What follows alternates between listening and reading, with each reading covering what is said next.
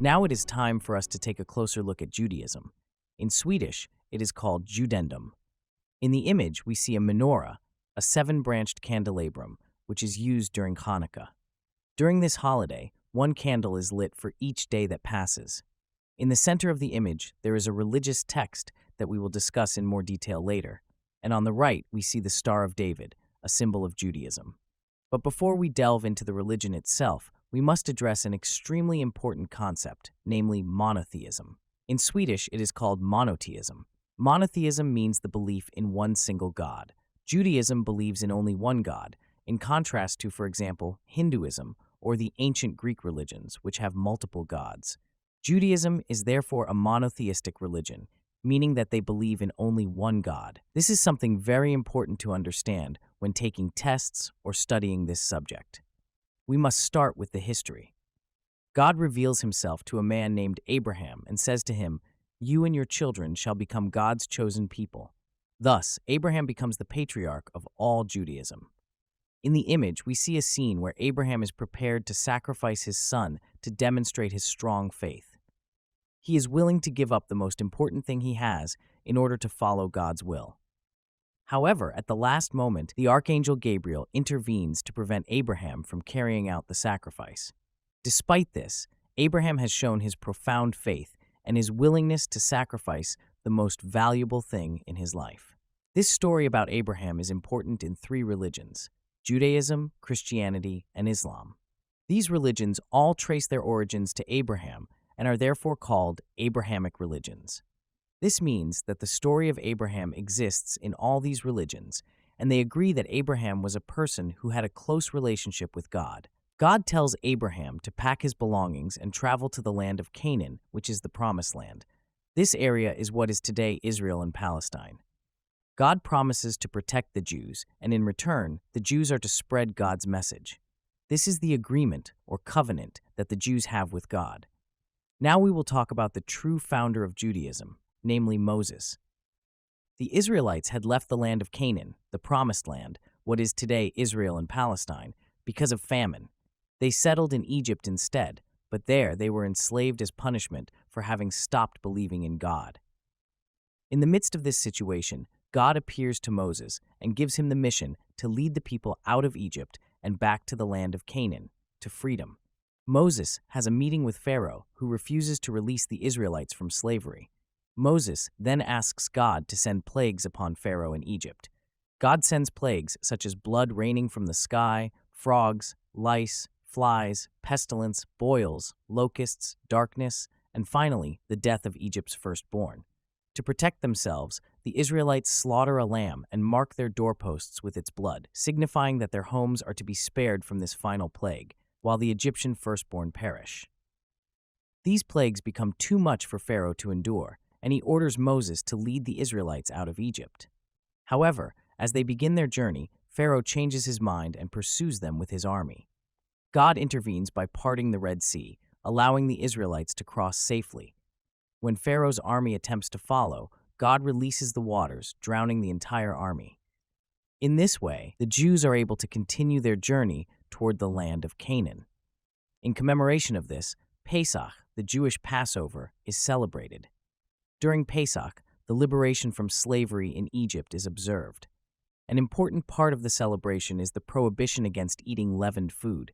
Instead, unleavened bread called matzah is eaten. This symbolizes the haste with which the Israelites left Egypt. They did not have time to let the bread rise. Pesach serves as a reminder of the importance of freedom and the fight against slavery, as well as the significance of remembering the past. Through these traditions, the religious history is kept alive. What follows is a very long journey, a 40-year-long journey.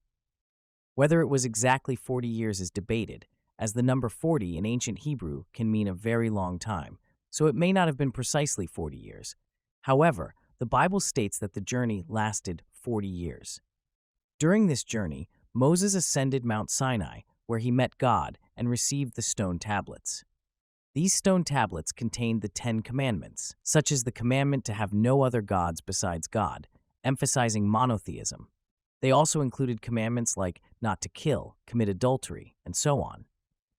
At the same time, a new covenant was established between God and the Jews. God once again promised to protect the Jews, and in return, they were to spread God's message. This covenant became a cornerstone of Judaism before the Israelites finally reached the Promised Land. Who is considered a Jew is not as simple a question as one might think. It depends somewhat on whom you ask. Some say that a person who identifies as a Jew, that is, proclaims themselves as Jewish, is a Jew. Others, with a more conservative view, argue that one must have a Jewish mother to be considered Jewish. They believe that Judaism is inherited through the maternal line. So, if you have a Jewish mother, you are automatically Jewish. It is important to remember that Jews are both an ethnic group and that Judaism is a religion, which makes the question more complex. We also have the sacred texts of Judaism, and it is important to be somewhat familiar with them. First, there is the Tanakh, which is the Jewish Bible. In the Christian Bible, this corresponds to the Old Testament, the first part. The Tanakh includes, among other things, the Torah, which contains the 5 books of Moses that describe the life of Moses. It is thanks to these books that we have the stories we just went through.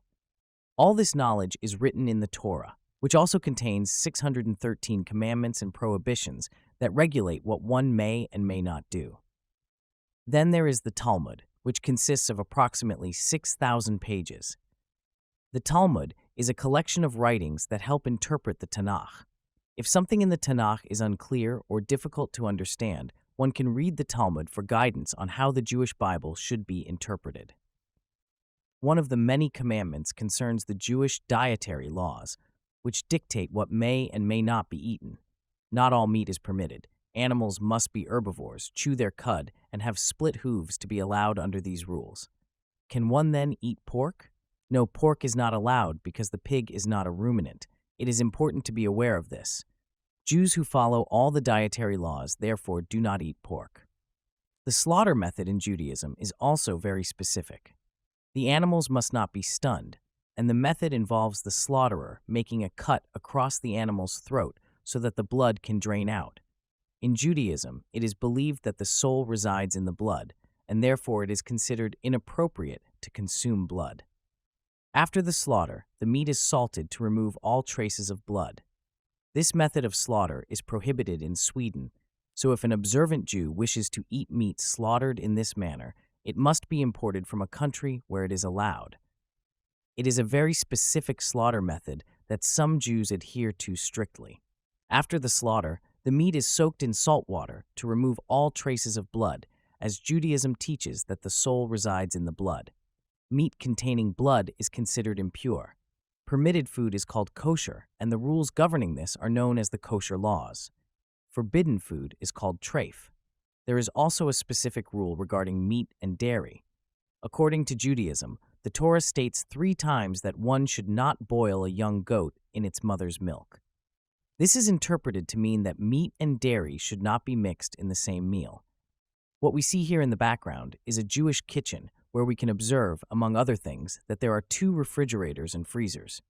Behind the text, we can also see 2 dishwashers, as well as 2 sets of pots and other kitchen utensils. This is because, according to Judaism, meat and dairy must not be mixed. Jews who strictly follow these rules ensure that meat and dairy are kept completely separate, even in the refrigerator. Thus, there is one refrigerator for meat and another for dairy. The same principle applies to kitchen utensils. Separate pots and other tools are used for meat and dairy, as well as separate dishwashers.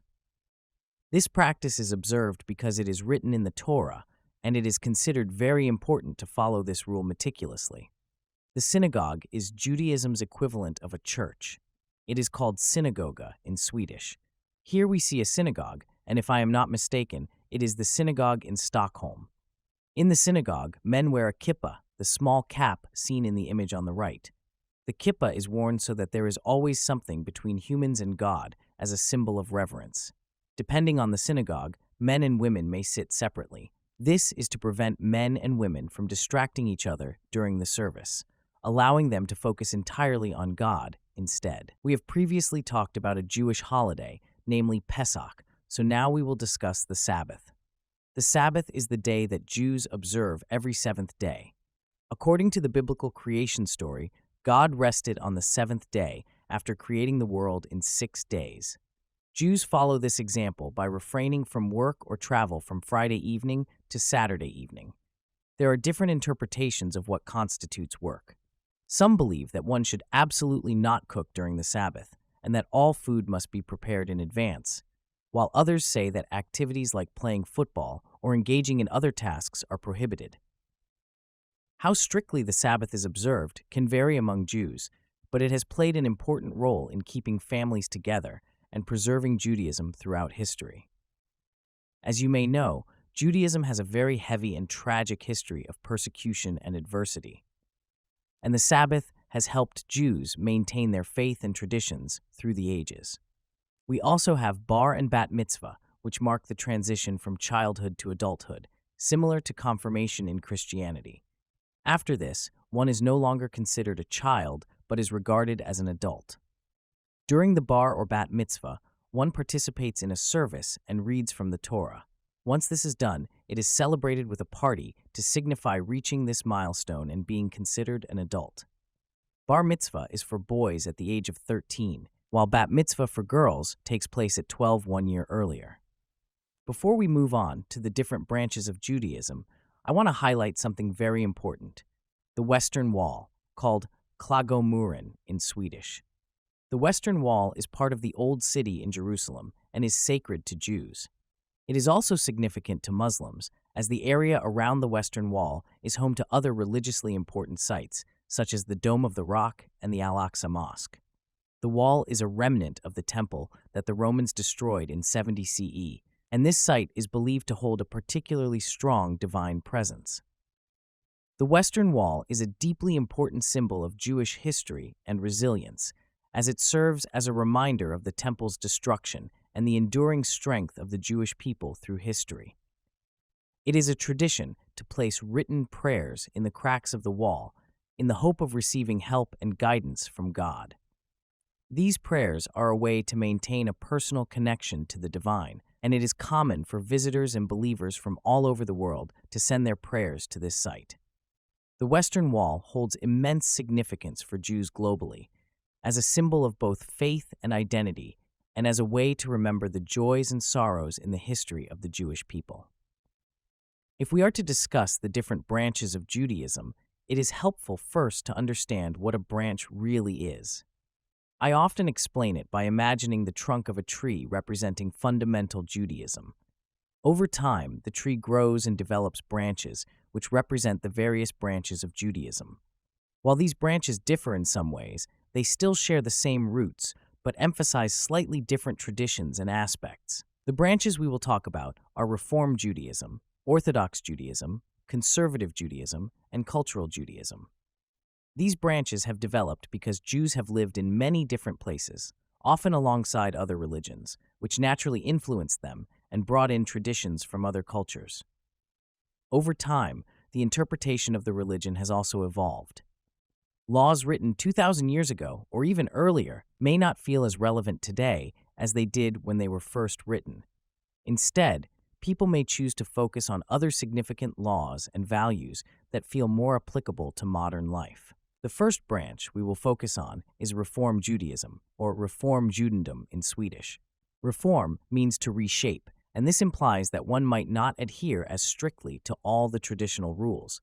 Instead, it is believed that the religion should be reshaped and adapted to modern times to better fit today's society. In Reform Judaism, for example, it is considered appropriate for men and women to pray together, as both can be in the same room and still focus on God. Another important aspect of Reform Judaism is the presence of female rabbis. A rabbi is similar to a priest in Judaism, and Reform Judaism holds that women can take on this role, something not accepted in all branches. Reform Judaism emphasizes that the religion does not always need to strictly adhere to its original rules, but can evolve and be reshaped over time. If we compare Reform Judaism with Orthodox Judaism, they are essentially opposites. It is called Orthodox in Swedish. Orthodox Judaism adheres strictly to the original teachings and holds that the sacred texts, such as the Torah, cannot be reinterpreted. Everything written in the Torah must be followed meticulously, which includes, for example, strictly observing kosher laws. As mentioned earlier, this might involve having a kitchen with double sets of everything to keep meat and dairy separate. Orthodox Judaism is also very particular about traditions. In services, women sit in a separate section, often on a balcony, apart from the men, and there are no female rabbis. Here, the rules are followed exactly as they are written in the sacred texts, without deviation. Another distinctive tradition in Orthodox Judaism is that some men grow side curls, known as payut, based on a rule in the Torah that forbids cutting the hair at the temples. Orthodox Judaism follows the rules by the book, leaving no room for reinterpretation.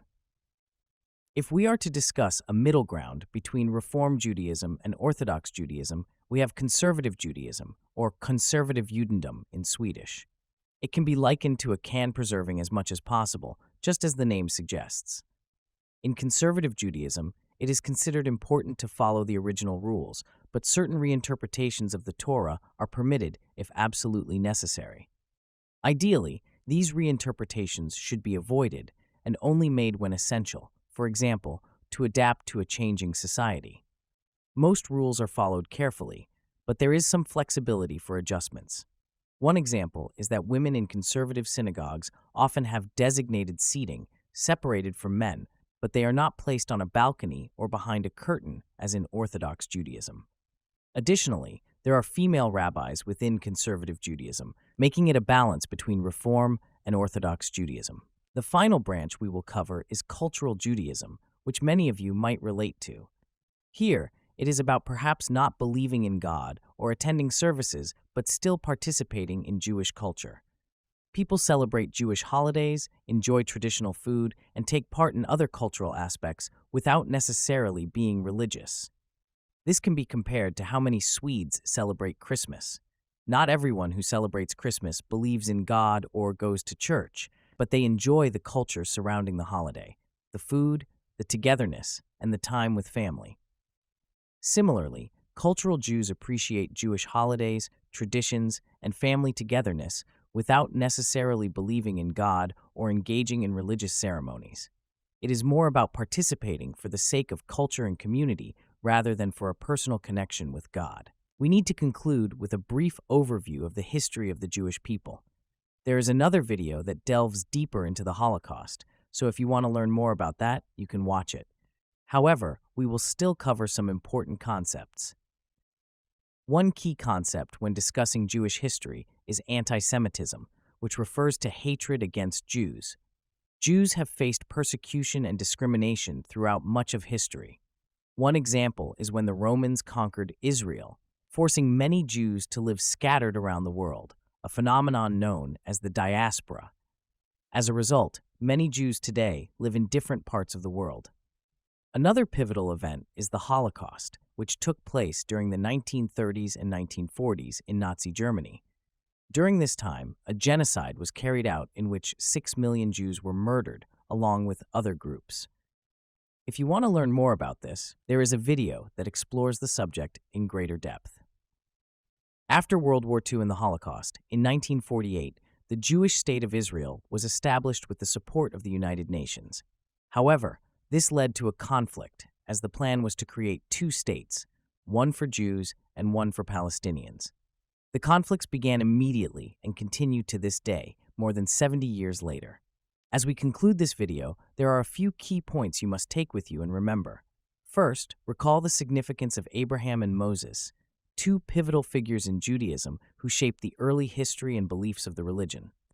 Next, consider the foundations of Judaism, such as who is considered a Jew, the importance of sacred texts like the Torah, and the dietary laws that define what is kosher.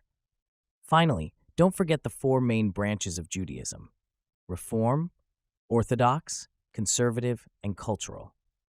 Each branch offers a unique perspective on how Jewish traditions and beliefs are practiced today. If you need to refresh your memory on any of these topics, don't hesitate to rewatch the video. Thank you for watching. And when you're ready to dive deeper into these subjects, click above to continue learning.